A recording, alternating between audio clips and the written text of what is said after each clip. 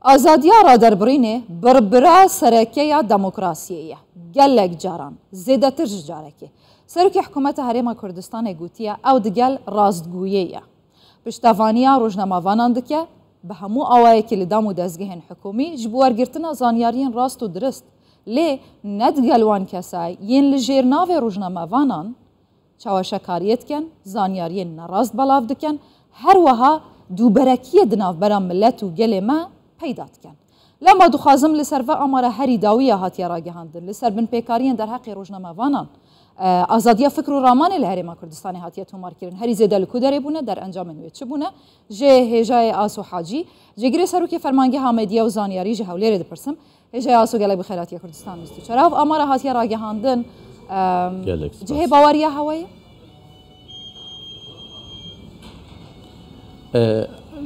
بە شێوەیەکی ڕەهان ناتوانین بڵین جێی باوەڕیە یان نەچکە هەموو شتێک لە ژیاندا ڕێژەیە بێگومان ئەو ئامارانەی کە بڵاویش کراتەوە ڕێژەی ینی ڕادەی باوەڕکردن و باوەڕ نەکردن پێی بەڵام بە شێوەیەکی گشتی ئەو ڕێکخراوەکانی کۆمەڵگای مەدەنی بە تایبەتی ئەوانەی چاودێری کاری ڕۆژنامەوانی هەروەها ئازادی ڕاوڕا دەربڕین دەکەن کارێکی باش دەکەن کە ئەو راپۆرتە وەرزیانە یان دەوریانە بڵاو دەکەنەوە بێگومان ئەوە هاوکارێکی باش دەبیتن بۆ دامەزراوەی حکوومەتی هەرێمی کوردستان بۆ ئەوەی باشتر و تەندروستتر مامەڵا لەگەڵ ڕووداوەکان لەگەڵ ڕۆژنامەوانان و دەستگا میدیایەکانیش بکە.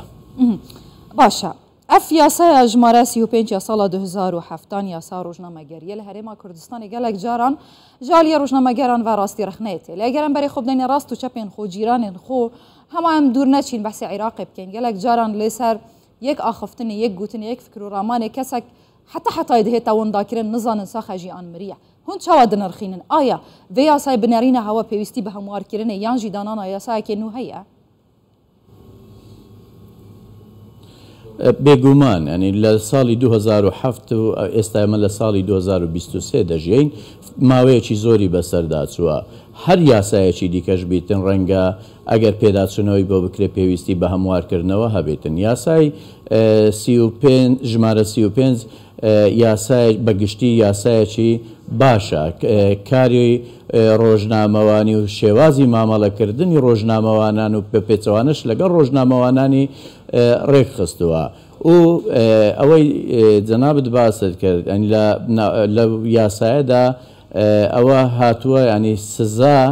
ینی لەوانەیەک لە ڕەخنەکانی کە لەو یاسایە دەژگیرێتن ئەوەیە کە سزایەکان یان هێزی ڕەدعی باش دیاری نەکردیە بۆ نمونە زیندانی کردنوانێ مەسەن گۆڕیوە بە غەرامەکردن بۆیەشە زۆر جار لەو کەیسانەی کە لەوانەیە تند بیتنیان بەشێک ژمارەیەک لە دادوەرە بە ڕێزەکان پەنا بۆ یاسای دیکە ببەن و ئەو یاسایە جێبەجێ نەکرێ و هەموارکردنەوەی هەر یاسایەک بیتن ینی کارێکی تەندروستە بێگومان گونجاندنە لەگەڵ ئەو بارودۆخەی کە ئێستا ئەمە تێیدا دەژین چونکە ئێستا زۆر جیاوازە لەگەڵ ساڵی 2007 ئێستا کاری میدیایی دامەزراوەی میدیایی و زۆری میدیاش گۆڕانکاریان بەسەرداتیە ئێستا میدیای نوێ دیجیتال میدیا سوشیال میدیا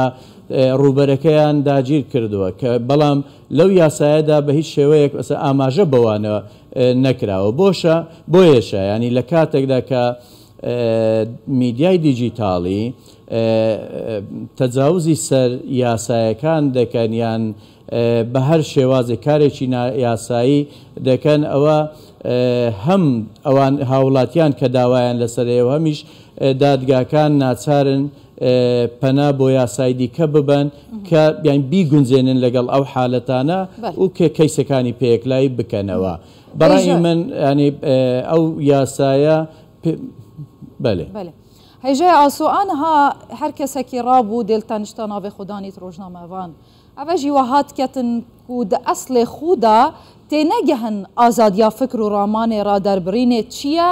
لە کودەرێ سنووردارە و گەرەکە چ بهێتەکردن ئەوەوە ناکەتن و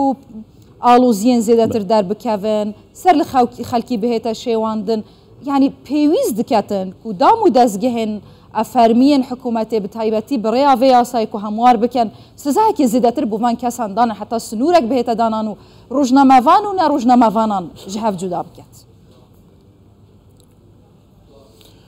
بێگومان بە گوێرەی یاسای سندیکای ڕۆژنامەوانانی کوردستان باس لە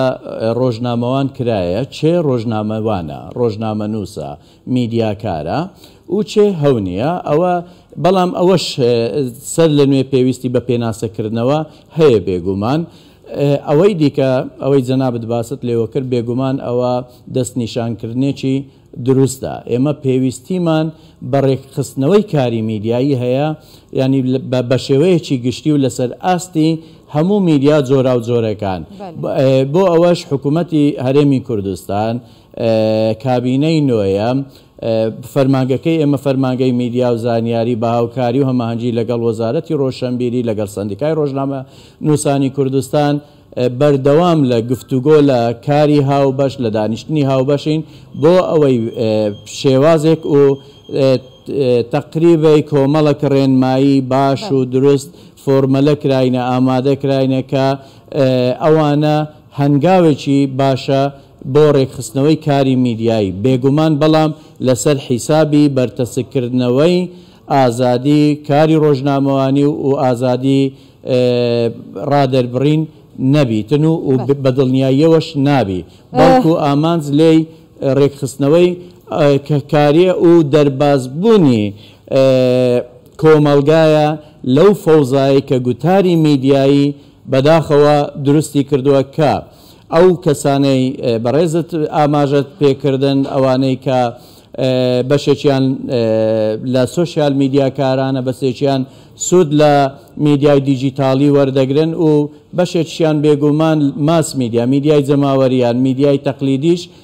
هاوکارن لە دروستبوونی گوتارێکی ناتەندروستی میدیایی کە کاریگەری نێگەتیڤی لەسەر دەرونی تاکەکان و لەسەر ژیانی کۆمەلگا بەگشتی دروست کردووە بێگومان ئەو گوتارە پێویستی بە دوواداچۆن پێویستی بەکار لەسەرکردن هەیە و پێویستیشە ڕێنمایی تایبەت بە میدیا بێگومان دابدرێن کاری میدیایی دیارەک و ساڵا پار و هەمژی پێرار سەرۆکی حکوومەتە هەرێما کوردستانی دیگەل سندیکا ڕۆژنامەوانان هەروەها دیگەل سنتەرێ مێترۆ دیگەل ڕۆژنامەوانێن سەربەخۆ جڤیا دیار دەبیتن کو ئەڤە گرنگیدانە جەنابێ وانە بە ئازادیا فکر و ڕامانێ و هەمیشەژی گوتیە ئەم دیگەل ئازادیا ڕادەربڕینێ و ئەفکر و ڕامانێنە لە بشەرتێکی و سنوورێ خو دەرباس نەکەتن چاوەشەکاریە نەکەتن ڕاستیان نەشێوێنیتن برایە هەوە بڤی دەستورداری و هەموو گەل و ملەتێک لەسەر ئازادیا فکر و ڕامانێ هەف نەڕینن هەف پارن کوردستانی ئازادیا فکر و ڕامانێ دەچ ئاستێکی دەیە تو دکاری بێژی و ئاستێکە ji وڵاتên جیرانên me باشترە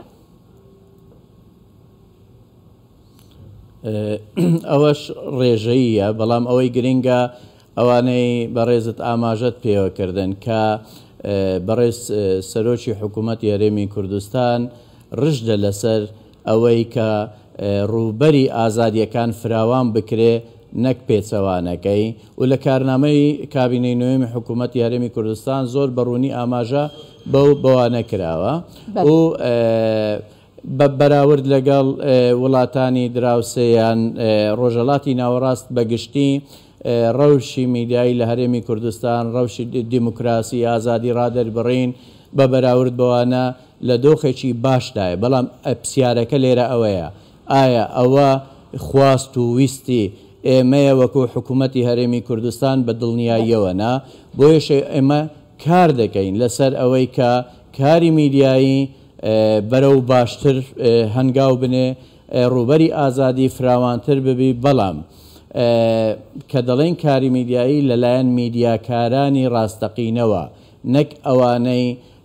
میدیا دەکەنە کەرستەیەکی سیاسی و ئایدۆلۆژی و تێکەڵی بەو شەڕانە دەکەن درێژکراوەی گوتاری سیاسی و ئایدۆلۆژی حیزبەکان بن کە بەداخەوە ئەوان ناکۆکن دەبینین میدیاش ینی هەمان لەسەر گوتاری میدیایی ڕنگدانەوەی دەبیتن ئەوە ئاماژەیەکی خراپ و ناتەندروستە کە ئێستا میدیای کوردستان پێیدا دەگوزارێ بۆیە پێویستە حکوومەت هەرێمی کوردستان و واشی کردیە کە دەست پێشخەرە لەوەی کە بە ئاراستەی ڕێکخستنەوەی کاری میدیایی کار بکە و هەماهەنگ بیتن لەگەڵ نەک بە تەنێ دامەزراوەکانی حکوومەت لەگەڵ ڕێکخراوەکانی کۆمەڵگای مەدەنی لەگەڵ سندیکای ڕۆژنامەنووسان لەگەڵ دەستگا میدیایەکان لەگەڵ